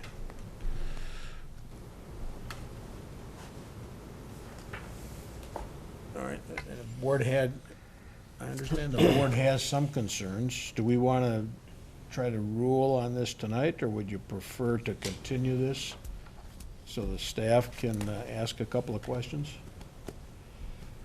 Well, I would feel more comfortable if we have a Public Safety Commission meeting this Thursday. Okay. I would like to run this by them, and I know it's short notice, but I would also like to see a representative from Renewal by Anderson, at least either at present or with email to explain some of the issues that we may have with some of the employees Okay. before we act on this. Steve? I'd second that. Okay. Mr. Chair, the Public Safety Commission's past in reviewing special assignments like this has sometimes been helped considerably by the presence of the town attorney. If the board would authorize the town attorney to attend the Public Safety Commission, I think it'd be helpful. I'll make that part of my motion as we would table this till our next town board meeting. Okay. Is there a second? Second. Motion's made and seconded to... Bear with me for a second. One other issue that comes up here, so if I can mess up the system here a little bit. Comments have come up about miscellaneous detail requirements and standards for solicitation rules. For example, no soliciting on Sundays. Solicitor shall wear badges. All those kind of things are covered in the ordinance. So rather than repeat all those detailed requirements, can we just have, when we do see this back, assuming we see it back, can we just have a reference to the applicant shall comply with all of the terms and conditions of the solicitor's ordinance? Sure. It should be pretty obvious, but these questions keep coming It is up the about, ordinance. yeah, what's in the ordinance? It's a belt and suspenders approach perhaps, but at least we get it covered. All right. Can you make that part of your motion, Ed? Yes, I can. Okay. And yes, I'll second it. All right. Okay, thanks. All right, motion's made and seconded. Those in favor, please say aye. Aye. Aye. Any opposed? All right, that motion passes. Added agenda items, we didn't add anything at the beginning of tonight's meeting, but we did have a discussion about sewer lining project neighborhood meeting for tomorrow night. Yes, and then incidentally, I'm curious to know if there'll be a quorum present. Okay. The board has already called the meetings, but whether or not we'll have a quorum would help us prepare for the meeting. Okay. Ed, Steve, are you planning on attending tomorrow night? Yes. I am. I might Okay. have a conflict. We got a quorum. Okay. Okay, is there a motion to authorize or approve a special town? You've board already meeting? done that. This was just to help staff. You've already called the meeting, but I was Oh, just is it a asking. special town board meeting? Yeah, that's already been done. It was just to confirm. All right, okay. So there's no more added agenda items. We have open time as item number 9. I don't see too many attendees. Item 10 on the agenda is a motion to receive agenda materials and supplements. Moved. Is there a second? Second. Those in favor, please say aye. Aye. Aye. Any opposed? Is there a motion to adjourn? So moved. Is there a second? Second. We're adjourned. Speak quick before Ed says that.